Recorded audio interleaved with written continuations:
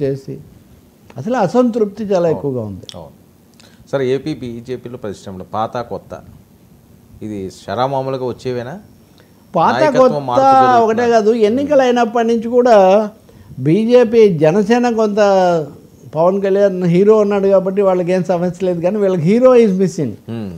పురంధేశ్వరి గారి స్థానంలో కొత్త అధ్యక్షులు రావడం తప్పనిసరి అని వాళ్ళు ఎప్పటి నుంచో అది ఆ మైండ్ సెట్తో ఎదురు చూస్తున్నారు, ఎవరు వస్తారని. అదిగో వచ్చాడంటే ఎవరు రావట్లేదు. ఇంతలోపల ఏమైంది, నడ్డా స్థానంలో ఎవరిని పెట్టాలనేది కేంద్రంలో తేల.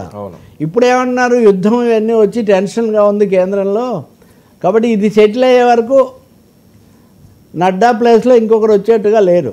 నడ్డాకి ఏదో కొంచెం గీతలు ఎక్కువగా ఉన్నట్టున్నాయి, అదృష్టం ఎక్కువ ఉంది, అందుకని ఇంకా కొంతకాలం నడ్డాని కొనసాగిస్తాము. అక్కడ నడ్డా తేలే వరకు ముఖ్యమైన రాష్ట్రాల్లో నాయకులను నిర్ణయించడం జరగదు.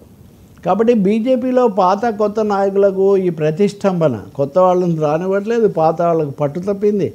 పురంధేశ్వరి గారే ఉన్నారు ఉదాహరణకు, ఆమె ఎక్కువసార్లు తెలుగుదేశంతోనో కుటుంబంతోనో ఈరోజు కూడా కనిపిస్తున్నారు తప్ప బీజేపీ క్యాంపులో నుంచి ఆమె తక్కువగా కనిపిస్తున్నారు. ఇక బీజేపీలో చూద్దామంటే మళ్ళీ సోము వీర్రాజును తెచ్చి ఎమ్మెల్సీని చేశారు. అంటే మినిస్టర్ ఇవ్వలేదని ఏమన్నా అసంతృప్తి ఉన్నదంటారా పురంధేశ్వరి గారికి? ఇవ్వాలనే వస్తుందనే ఆశ ఉండొచ్చు, ఇవ్వాలనే కాంక్షం మటుకు చాలా ఎక్కువగా ఉంది ఆమె వర్గానికి. గెలిచాము, ఇంత గెలిపించాము, దక్షిణాదిలో ఇంకో ప్రభుత్వంలో మనకు చోటు వచ్చింది, ఇదంతా ఇవన్నిటికీ నేనే కదా వెంటబడింది అనే ఒక అసంతృప్తి ఉండే అవకాశం ఎక్కువగా ఉంది. కానీ బీజేపీ వర్గాలు ఏమంటాయంటే ఆల్రెడీ చంద్రబాబు నాయుడు ప్రభుత్వం ముఖ్యమంత్రి, వాళ్ళ కేంద్రంలో ఇచ్చాము, ఇవన్నీ ఉన్నాయి. అలాంటప్పుడు టీడీపీ ప్రభావము, నందమూరి కుటుంబం ప్రభావం ఎక్కువైతే బీజేపీ యొక్క ఒరిజినాలిటీ దెబ్బతినిపోతుంది. కాబట్టి ఎవరైనా సంఘ పరివార నేపథ్యం ఉన్న వాళ్ళకి ఇవ్వాలి. అందుకనే సుజనా చౌదరి లాంటి వాళ్ళకి కూడా ఇవ్వట్లేదు. వాళ్ళు సోర్సెస్ అన్నీ ఉన్నవాళ్ళు అయినప్పటికీ ఒరిజినాలిటీ, ఒరిజినల్ కాషాయం అంటే ఎంత డీప్గా కసరత్తు ఉంటుంది కదండి. చాలా ప్రతి కసరత్తు చేస్తారు. మీరు ఎక్కడెక్కడ కలిశారు ఏంటి అంటారు. ఒకవేళ లేకపోతే కొంతమందిని మంత్రివర్గం నుంచి తెచ్చి కూడా పెడతారు వాళ్ళకున్న అంచనాను బట్టి. అంటే ఏదో మనం వేగ్గా మాట్లాడేస్తుంటారు, ఊరికే సోషల్ మీడియా మిత్రులు ఊరికే అనుకుంటుంటారు, కానీ ఏది చిన్నది కూడా జరగదండి. ప్రతిదాన్ని చాలా చేస్తారు. ఒక కాంగ్రెస్లో ఒకప్పుడు ఇందిరాగాంధీ మాట చెల్లినప్పుడు కొన్నిసార్లు జరుగుతుండేవి.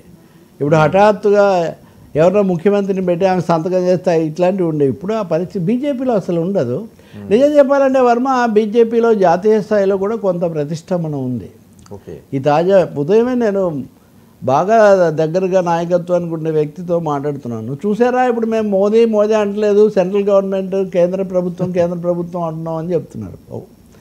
థర్డ్ ఇది కదా ఇప్పుడు, మూడో దఫా. సో ఇది అయింది కాబట్టి ఇప్పుడు వాళ్ళు వ్యవస్థాగతంగా చాలా పటిష్టంగా వెళ్ళాలి, భావజాలాన్ని ముందుకు తేవాలి. ఇంకా కేవలం వ్యక్తి మీద దీని మీద వెళ్ళే పరిస్థితి తగ్గుతుంది. ఇంకా మోదీ బొమ్మతో 3 సార్లు గెలిచాము, ఆయన నిలబెట్టి, ఆయన వెనక నిలబడి, ఇంకా అది అయిపోయిందని. కాబట్టి అక్కడి నుంచి కేంద్రం నుంచి ఈ ప్రతిష్టంభన ఆంధ్రప్రదేశ్లో ఎక్కువగా ఉంది. పైగా చంద్రబాబు నాయుడు తమాషా అయిన మాట అన్నాడు ఆ మిత్రుడు. పవన్ కళ్యాణ్ గారేమో చాలా వీరంగంగా మాకంటే ఎక్కువ మాట్లాడుతున్నాడు సనాతన ధర్మం, మాకు పెద్ద డైలమా వచ్చింది ఆంధ్రప్రదేశ్లో. చంద్రబాబు నాయుడు గారేమో మేము ఆశించిన దానికంటే ఎక్కువ విధేయంగా ఉంటున్నాడు. పవన్ కళ్యాణ్ గారేమో ఆయనే సనాతన ఛాంపియన్ అంటున్నాడు. ఈ ఇద్దరి మధ్యలో ఒరిజినల్ బీజేపీ వాళ్ళు మా ప్లేస్ ఎక్కడో మాకు తెలియట్లేదు. వాళ్ళిద్దరూ మమ్మల్ని మించి మా నాయకత్వానికి దగ్గరగా మసలుతుంటే ఇది వాళ్ళకున్న ప్రతిష్టంభనానండి, స్తంభనానండి. ఇది నిజమే, వాస్తవమే.